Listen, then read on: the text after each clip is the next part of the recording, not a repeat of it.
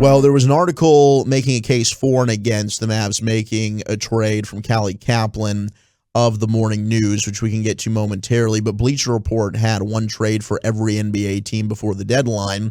And here's the trade that they proposed for the Dallas Mavericks. Now, this would be the Mavericks receive Kemba Walker and Evan Fournier from the Knicks. And they give the Knicks Dwight Powell, Sterling Brown, and a second-round pick in 2022. The blurb on this article writes, for a team that sported a top 5 defense in the Mavs this season, it's time to add some offensive weapons around Luka.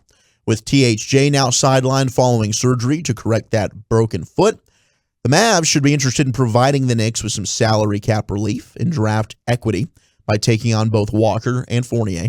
The Mavs can absorb Walker into their $10.8 million trade exception, which we talked last night with Bobby Carella about, and that gives their roster a third playmaker outside of Luka and Jalen Brunson.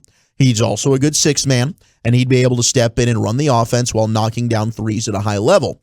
So if Jalen Brunson leaves as a free agent this offseason, which I don't think the Mavericks are going to allow him to do, but it's a possibility, Kemba would still be back on an expiring $9.2 million deal. Now, Evan Fournier is owed $36.9 million over the next 2 years with a $19 million team option for the following season. So following a slow start to his Knicks tenure, the 29-year-old Fournier is now averaging 17.5 points and shooting 48.2% from three over his last 14 games. And with Hardaway out, Fournier gives Dallas another perimeter shooter and a 3-and-D wing. This is essentially a salary dump for the Knicks, who save $11.7 million this season, and they get a good veteran center in Dwight Powell, and one they may need with Mitchell Robinson hitting free agency this summer. With Fournier out, Cam Reddish now has a runaway to become the team's starting small forward. So a deal that ultimately works out for both parties, and for a Mavericks team that doesn't have a lot to give away in terms of trade compensation unless they want to move Jalen Brunson or Kristaps Porzingis. This is one of those realistic trades that makes a lot of sense and that I do think could help improve the Mavericks. Yeah, I mean, it's really just do the Mavericks feel comfortable with the Fournier contract?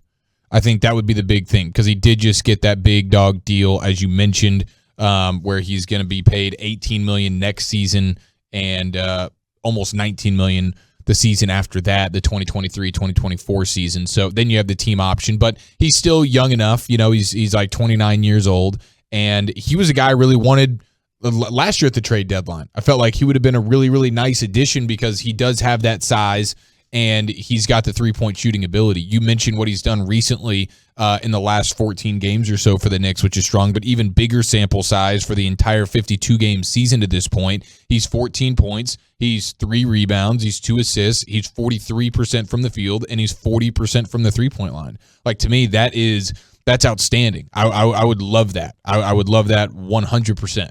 So now remember, he would be a guy whose last name you would not want to Google. No, don't Google it. Don't Google it. But remember this time last year we were talking about him and kind of gushing over, like, man, that would be a great guy for the Mavericks to go get. Totally.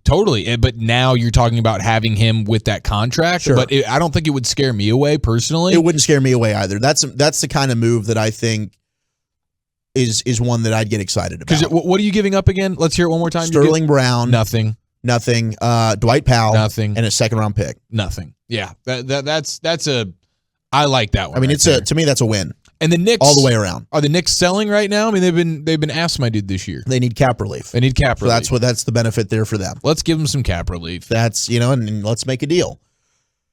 All right. With that being said, the case against the Mavericks making a trade would be that similar situation where you have players under contract that, according to ESPN's database, 239 players this season make more money than a guy like Dorian Finney-Smith. He's only making $4 million, which is crazy. 338 players make more than Jalen Brunson, and Brunson's fourth year in his rookie contract is lower than most first-round rookie deals this season. Also, this is an interesting note from Mark Stein, but only 3 teams in recent history have made a significant move at the trade deadline and won a championship later that season.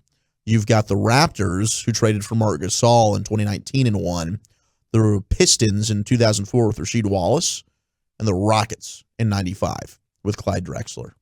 So interesting take there if you're anti-Mavs making a deal. But at this point, I think most people are like, yeah, Let's go make a deal. Yeah, and this doesn't make you don't go, oh, you're going to go compete for a championship this year, but it does bring some more excitement and allows you to have a chance to get out of the first round at least. Sure, which would be nice. That'd be nice and be good for Luka too. All of this also is you're looking at Luka and you're saying we're trying, we're putting in effort.